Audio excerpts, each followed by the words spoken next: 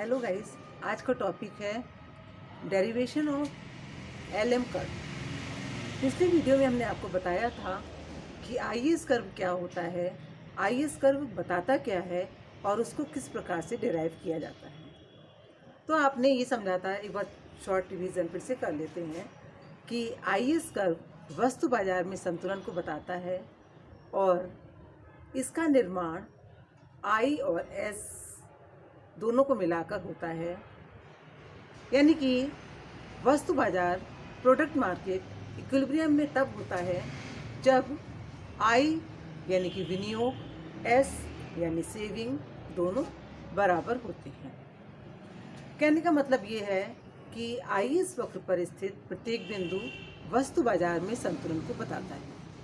IS वक्र पर स्थित प्रत्येक बिंदु ये बताता है कि जैसे जैसे आईएस वक्र पर स्थित प्रत्येक बिंदु ब्याज की दर और आय के उन संयोगों को बताता है जिस पर बचत और विनियोग में समानता होती है, यानी वस्तु बाजार में संतुलन होता है। आज के वीडियो में हम आईएसएलएम मॉडल का दूसरा पार्ट यानी एलएम वक्र के बारे में बताएंगे। जी हाँ, जब एलएम वक्र की बात आती है तो इसका संबंध मनी मार्केट से होता है, मॉनेटरी सेक्टर से होता है। मनी मार्केट संतुलन में तब होता है जबकि मुद्रा की मांग और मुद्रा की पूर्ति दोनों बराबर होते हैं, यानी एल और एम दोनों बराबर होते हैं। इसमें एल का अर्थ है लिक्विडिटी प्रेफरेंस, जिसको मुद्रा की मांग कहा जाता है, और एम का अर्थ है क्वांटिटी ऑफ मनी, जिसे मुद्रा की पूर्ति कहते हैं। अब थोड़ा सा एलएम कर्व के बारे में आपको डिटेल से बता देते हैं कि इसका निर्माण कैसे हुआ, ये किसकी सोच रही है। एलएम कर्व जो है वो कीन्स की विचारधारा पर आधारित है। कीन्स को फादर ऑफ मैक्रो इकोनॉमिक्स कहा जाता है। कीन्स ने बताया था कि मनी मार्केट संतुलन में तब होता है जबकि मुद्रा की मांग यानी लिक्विडिटी प्रेफरेंस और मुद्रा की पूर्ति यानी सप्लाई ऑफ मनी दोनों बराबर होते हैं। ये जो एलएम कर्व है ये मनी मार्केट से संबंधित होता है, मनी मार्केट में संतुलन को व्यक्त करता है और इसका निर्माण कीन्स की विचारधारा के आधार पर हुआ है। कीन्स का सिद्धांत एक आप लोगों ने पढ़ा होगा माइक्रो इकोनॉमिक्स में, लिक्विडिटी प्रेफरेंस थ्योरी। जी हाँ, एलएम कर्व कीन्स की इसी अवधारणा पर आधारित है, तरलता पसंदगी पर आधारित है। अच्छा, एक खास बात आप लोगों को बताना चाहते हैं कि कीन्स के जितने भी सिद्धांत हैं वो सब अल्पकालीन हैं। तो ये जो सिद्धांत है, ये जो एलएम कर्व का कॉन्सेप्ट है, ये भी अल्पकालीन है। अल्पकाल में मुद्रा की पूर्ति में कोई परिवर्तन नहीं हो सकता है क्योंकि मुद्रा की पूर्ति बैंकों द्वारा की जाती है। इन्होंने अपने सिद्धांत में एल को यानी कि लिक्विडिटी प्रेफरेंस यानी मुद्रा की मांग को विशेष महत्व दिया है। सबसे पहले आपको ये जानना जरूरी है इसमें कि लिक्विडिटी प्रेफरेंस क्या होती है। लिक्विडिटी प्रेफरेंस का मतलब होता है कि व्यक्ति मुद्रा को तरल रूप में यानी नगद रूप में यानी लिक्विड फॉर्म में रखना पसंद करता है। अब इसकी लिक्विड फॉर्म में वो मुद्रा को क्यों रखना चाहता है, इसके बारे में हम आपको थोड़ा सा बता देना चाहते हैं।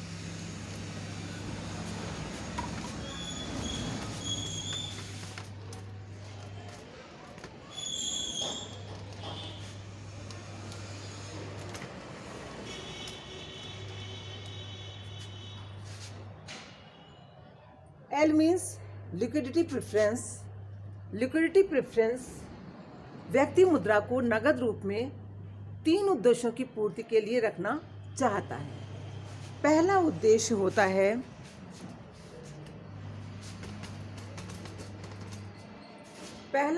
होता है ट्रांजैक्शन मोटिव, यानी कि क्रय विक्रय का उद्देश्य। दूसरा है प्रिकॉशनरी मोटिव, यानी कि दूरदर्शिता या सुरक्षात्मक उद्देश्य। और तीसरा उद्देश्य है स्पेकुलेटिव मोटिव, यानी कि सट्टेबाजी का उद्देश्य। अब एक एक करके हम तीनों उद्देश्यों के बारे में आपको बताएंगे, इसको ध्यान से समझिएगा।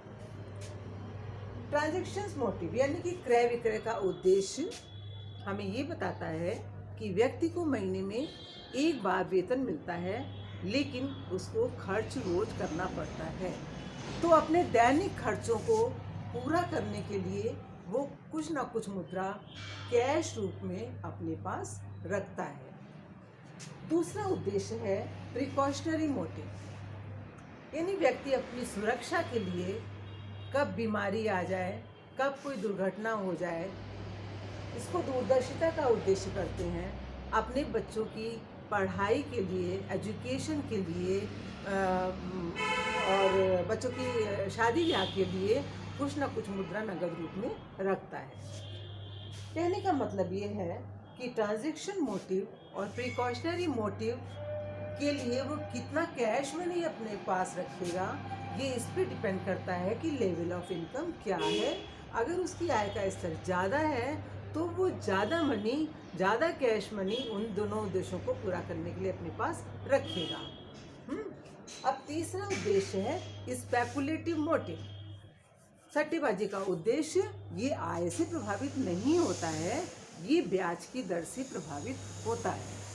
होता क्या, अब सट्टेबाजी क्या होती है समझिए इस बात को कि समाज में कुछ व्यक्ति ऐसे होते हैं जिनको पैसे की कोई आवश्यकता नहीं होती है, लेकिन फिर भी वो पैसे से पैसा कमाना चाहते हैं। कैसे?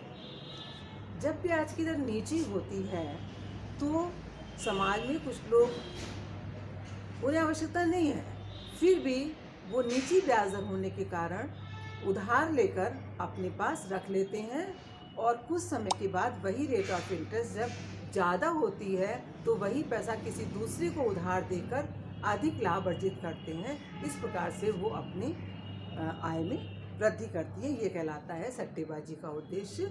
अब इससे ये स्पष्ट होता है कि सट्टेबाजी का उद्देश्य ब्याज की दर से प्रभावित होता है।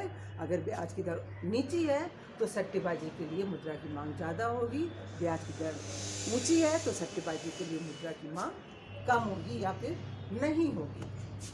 तो इस प्रकार से एल मतलब होता है मुद्रा तरलता पसंद की, और इसमें दो प्रकार के एल आते हैं, L1, L2। L1 का मतलब है transaction motive plus precautionary motive, और L2 का मतलब है speculative motive. Speculative motive is depend upon rate of interest, while L1 यानी TM plus PM is function of level of income. अब आपको हम बताने जा रहे हैं कि LM कर्व को किस तरह से डेराइव किया जाता है। LM कर्व को डिराइव किस प्रकार से किया जाता है, इसके लिए हमको दो डायग्राम बनाने पड़ेंगे, डायग्राम A, डायग्राम B। अब डायग्राम A में क्या है, देखिए डायग्राम ए हमको ये बता रहा है कि जैसे जैसे इनकम बढ़ती जा रही है वैसे वैसे तरलता पसंद की रेखा बढ़ती जा रही है। इनकम 100 होने पर, Y1 होने पर तरलता पसंद की रेखा है ये L1, और इनकम ऊंची हो जाने पर 200 हो जाने पर, Y2 हो जाने पर L1 रेखा ऊपर की ओर शिफ्ट हो जाएगी। इनकम और ज़्यादा हो जाने पर 300 हो जाने पर ये तरलता पसंद की रेखा हो जाएगी सबसे ऊपर, L3 हो जाएगी। तो जैसे जैसे इनकम बढ़ेगी वैसे वैसे तरलता पसंद की बढ़ती जाएगी। दूसरी बात इसमें ये दिखाई है कि R1 रेट ऑफ इंटरेस्ट पर जैसे जैसे ब्याज की दर बढ़ती जा रही है वैसे वैसे तरलता पसंदगी भी बढ़ती जा रही है।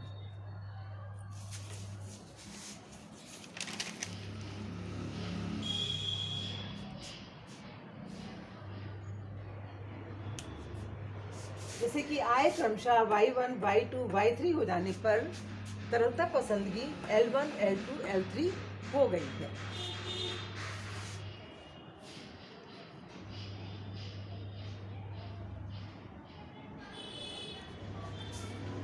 अब हम मुद्रा की पूर्ति रेखा की बात करते हैं। यहाँ पर मुद्रा की पूर्ति रेखा है QM। ये रेखा वर्टिकल शेप में है। ये रेखा OY एक्सिस के पैरेलल है। इसका मतलब ये हुआ कि मुद्रा की पूर्ति स्थिर रहती है। ब्याज की दर में चाहे कितना भी परिवर्तन हो, मुद्रा की पूर्ति में कोई परिवर्तन नहीं होता है। इसकी वजह क्या है? इसकी वजह ये है क्योंकि अल्पकाल का समय है, और दूसरा वजह ये है कि मुद्रा की जो पूर्ति है, सप्लाई ऑफ मनी, ये बैंकों द्वारा की जाती है। इसमें कोई चेंज शॉर्ट पीरियड में नहीं किया जा सकता है।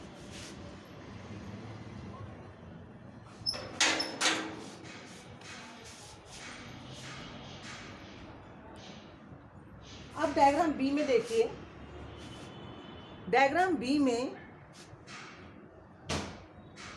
एलएम रेखा हमने खींची। ए में संतुलन है, E1, E2, E3।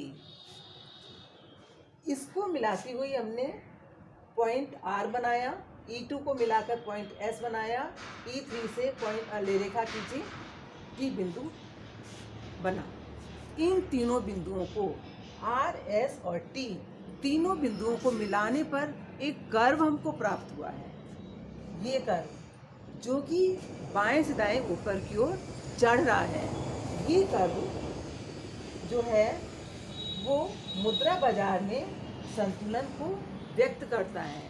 ये एलएम वक्र है जो कि मुद्रा बाजार में संतुलन को व्यक्त करता है।